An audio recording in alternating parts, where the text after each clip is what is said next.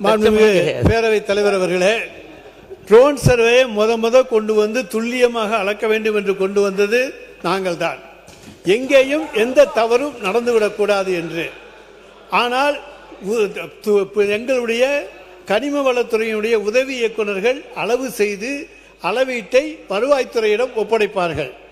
வருவாய்த்துறையினர் அதற்கான என்ன தண்டனை, என்ன அதனுடைய மதிப்பு என்பதை கண்டறிந்து 2 மடங்கு, 5 மடங்கு, 8 மடங்கு, 12 மடங்கு, 20 மடங்கு என்று அதற்காக தண்டனை அதற்கான ஃபைன் போட்டு கோப்புகளை அனுப்புவார்கள். ஏற்றுக்கொள்பவர்கள் பணம் கட்டுவார்கள், மற்றவர்கள் மேல்முறையீடு செய்வார்கள்.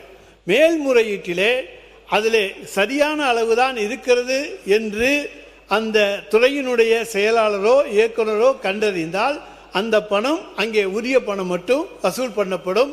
இது உயர்நீதிமன்றம் உச்ச நீதிமன்றம் சென்று வந்திருக்கிற பிரச்சனை. அதிலே நீங்கள் குறிப்பிட்ட அளவு ஒன் டைம் தான் வாங்கணும் அப்படிங்கிற அளவுக்கு தீர்ப்புகள் வந்திருக்கின்றன.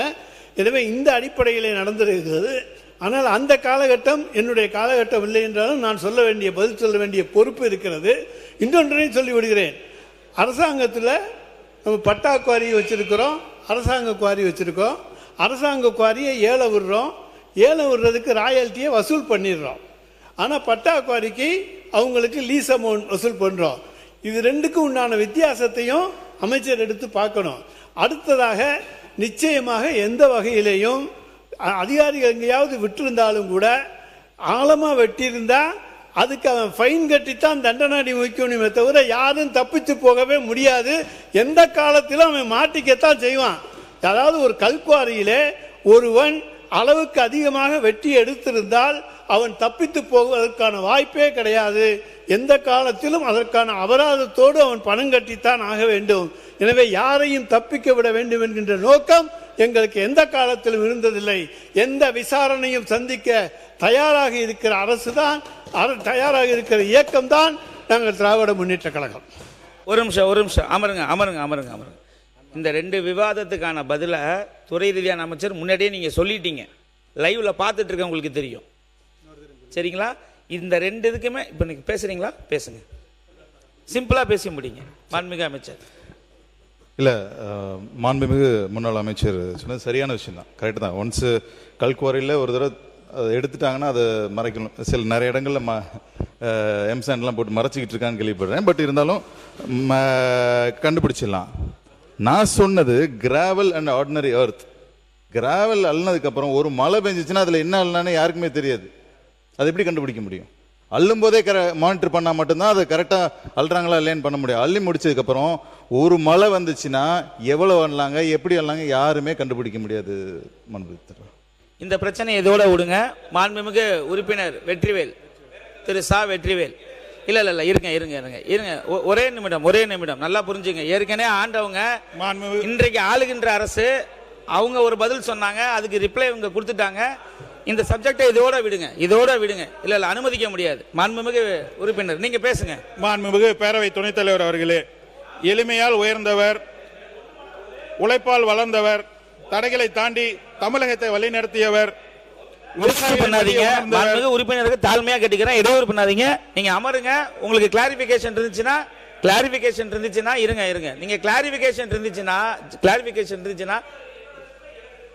இருங்க. துறை ரீதியான அமைச்சர் அதுக்கான பதில் அவருக்கு கொடுத்துட்டாரு. இருங்க. இங்க பாரு, நான் பேசுறது உங்களுக்கு புரியுதா? நீங்க பேசுறது உங்க காதலே விழுதா என்னன்னு தெரியல. பேசிட்டே இருக்கீங்க. நான் என்ன சொல்றேன்னா, அவரு அதுக்கான நீங்க எழுப்பின ஒரு ஐயப்பாடுக்கு அவர் ஒரு விடை கொடுத்தார்.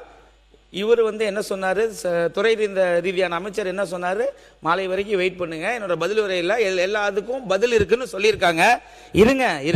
இது பொதுக்கூட்டம் கிடையாது. தயவு செய்து அடுத்த உறுப்பினர் உங்க நேரத்தையும் நீங்க எக்ஸ்ட்ரா எடுத்துக்கிட்டு, சரிங்களா, அடுத்த உறுப்பினர் பேசுறதையும் நீங்க எடுத்து பண்ணி இடையூறு பண்ணாதீங்க. என்னோட அதிகாரத்துக்கு உட்பட்டது. நீங்க அமருங்க, உங்களுக்கு வாய்ப்பு கிடையாது. நீங்க வெற்றிவேல் நீங்க பேசுங்க. மாண்புமிகு பேரவை துணைத் தலைவர் அவர்களே, எளிமையால் உயர்ந்தவர், உழைப்பால் வளர்ந்தவர், தடைகளை தாண்டி தமிழக வழிநடத்தியவர், விவசாயிகளின் வழியை உணர்ந்தவர், தொழிலாளியின் உழைப்பை மதித்தவர், ஏழை எளிய மக்களின் தேவைகளை அறிந்தவர், தமிழகத்தின் வளர்ச்சிக்காக அயராது உழைத்தவர், குடிமராமத்து நாயகர், ஏழை எளிய சாமானிய மாணவர்களுக்கு மருத்துவ கனவை நிறைவேற்றும் பொருட்டு ஒரே ஆண்டில் 11 மருத்துவக் கல்லூரிகள் கொண்டு வந்து 7.5% உள்ஒதுக்கீடு பெற்று தந்த சரித்திர நாயகன் எங்கள் மாண்புமிகு முன்னாள் முதல்வர் கழக பொதுச் செயலாளர் மாண்புமிகு அண்ணன் எடப்பாடியார் அவர்கள். என்னை சட்டமன்ற தொகுதி வேட்பாளராக அறிவித்து என் வெற்றிக்காக கடும் வெயிலிலும் வந்து எனக்காக தேர்தல் பிரச்சாரம் செய்து என்னை 2வது முறையாக வெற்றி பெற செய்த மாண்புமிகு கழக பொதுச் செயலாளர் முன்னாள் முதல்வர் அண்ணன் எடப்பாடி அவர்களை வணங்குகிறேன். பேச வாய்ப்பளித்த மாண்புமிகு பேரவை துணைத் தலைவர் அவர்களுக்கும் மாண்புமிகு அமைச்சர் பெருமக்களுக்கும் மாண்புமிகு அனைத்து சட்டமன்ற உறுப்பினர்களுக்கும் அனைவருக்கும் என் வணக்கத்தை தெரிவித்துக் கொள்கிறேன். மாண்புமிகு பேரவைத் தலைவர் அவர்களே, இரட்டை இலை சின்னத்தில் வாக்களித்து என்னை வெற்றி பெற செய்த சங்ககிரி சட்டமன்ற தொகுதி வாக்காளர் பெருமக்களுக்கு என் மனமார்ந்த நன்றியை தெரிவித்துக் கொள்கிறேன். இரவு பகல் பாராமல் உழைத்த அனைத்து நிலை கழக பொறுப்பாளர்களுக்கும் கூட்டணி கட்சி தலைவர்களுக்கும் பொறுப்பாளர்களுக்கும் தொண்டர்களுக்கும் என் மனமார்ந்த நன்றியினை தெரிவித்துக் கொள்கிறேன்.